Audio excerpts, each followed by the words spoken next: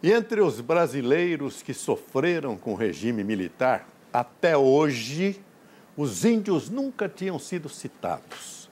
Mas tribos inteiras foram obrigadas a deixar as terras em que viviam. Foram exterminadas.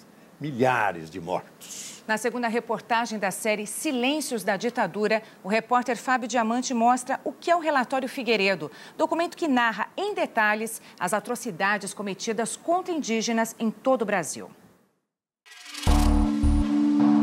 Torturados, assassinados, expulsos de suas terras. Não podia falar a nossa cultura, né? Se nós conversarmos da cultura, eles já aprendi coisa, você não pode falar isso, aquilo, coisa. O senhor chegou a ser preso? Eu cheguei a ser preso.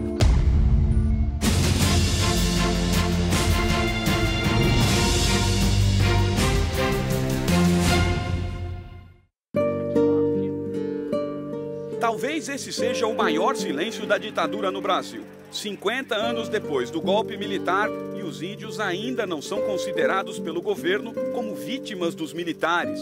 O impressionante é que não faltam provas disso, muitas ainda vivas. É o caso de seu Euclides, índio Krenak de 104 anos. Ele é o mais velho da tribo, que vive perto da cidade de Resplendor, em Minas Gerais. Os índios eram inocentes, sabe?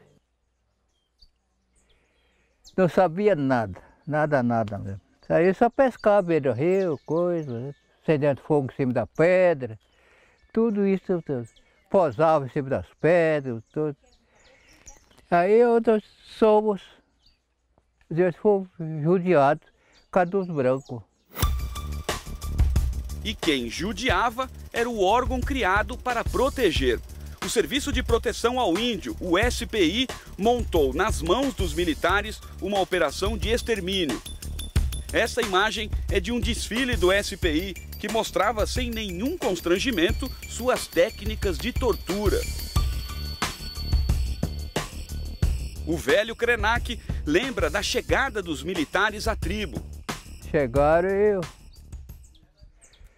esparramou, coisa, prendia. Ele foi preso e torturado.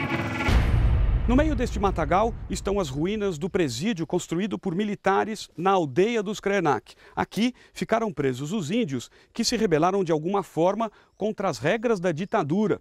Os líderes da tribo fazem questão de manter o que sobrou da prisão. É uma forma de garantir que as novas gerações conheçam e acreditem numa história de tanto sofrimento. A caixa d'água do presídio também resistiu ao tempo. Embaixo de uma árvore e tomado por abelhas está o gerador de energia dos militares. Segundo os índios, uma chuva forte derrubou quase tudo. Eles acreditam que a tempestade foi mandada pelos deuses que protegem a tribo. E eu quase morri também de tanta tristeza. E por que eles fazem isso para nós? Por que será? Os mais novos têm marcado na memória o sofrimento dos pais. Oredes, que hoje tem 43 anos, foi expulso da tribo com toda a família quando era um menino. Chegaram e falaram, vocês têm que desocupar a terra, meu pai não queria. Meu pai faleceu lá. Foi levado à força e acabou falecendo lá. Falava todas as noites.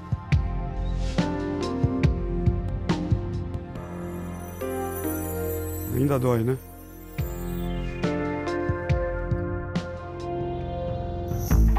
Para os que vivem nos gabinetes e preferem papéis, o encontro do chamado Relatório Figueiredo no ano passado é outra prova indiscutível.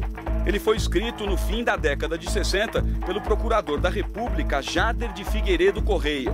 Na verdade, quando se pensa nos milhares de quilômetros que ele percorreu, foi muito disso, ou a maioria disso, foi adentrando a mata, foi andando com mateiro, foi abrindo picada a facão.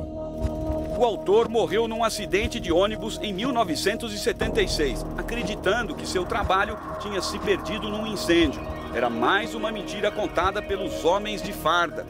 7.000 páginas do documento estavam numa caixa, nos porões do Museu do Índio, no Rio de Janeiro.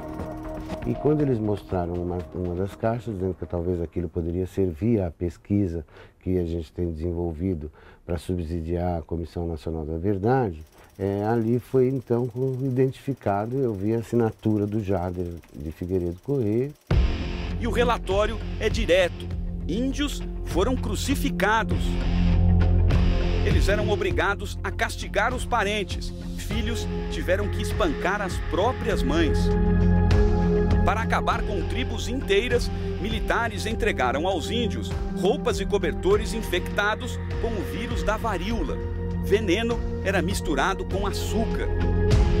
E até dinamite foi jogada de aviões. O filme de terror mais sanguinário não mostra o que aconteceu com os índios do Brasil. Eu estudei a ditadura, li muita coisa, estudei muita coisa. Quando eu vi o relatório Figueiredo, eu falei, mas eu não sabia nada disso, né? Então essa é uma história que os historiadores não sabem, os jornalistas não sabem.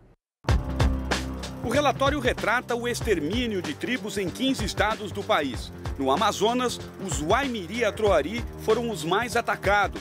Segundo o Comitê Estadual da Verdade, mais de 2.000 acabaram mortos em apenas 2 anos durante a ditadura. Só esse povo Waimiri-Atroari triplica, pelo menos, os mortos, né, para a ditadura militar praticamente houve, né? Até hoje, pouco amistosos com o homem branco, os Waimiri-Atroari nunca aceitaram a construção da BR-174, que corta a reserva da tribo. Resultado, a rodovia, única ligação do extremo norte do país, é bloqueada todas as noites. Depois das 6h30 da tarde, ninguém passa.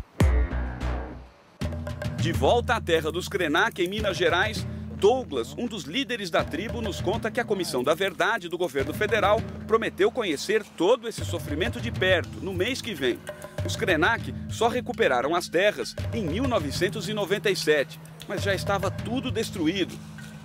Os pouco mais de 300 índios são obrigados a viver hoje da extração do leite.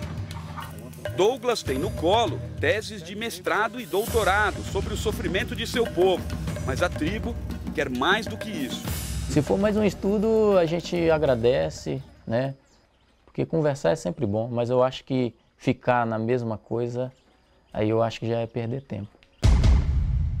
Não foi só a violação dos direitos no sentido disso que nós estamos falando, de tirar terras, de matar e tal, mas também de reduzir o anonimato, de tornar essas pessoas invisíveis, porque nós não sabíamos. Antes de partirmos, um pedido. Os índios querem nos mostrar um pouco da cultura perdida. Com bambus, que eles chamam de cricrós, tocam uma música. Para nós, soou como um triste sopro de quem incrivelmente ainda resiste.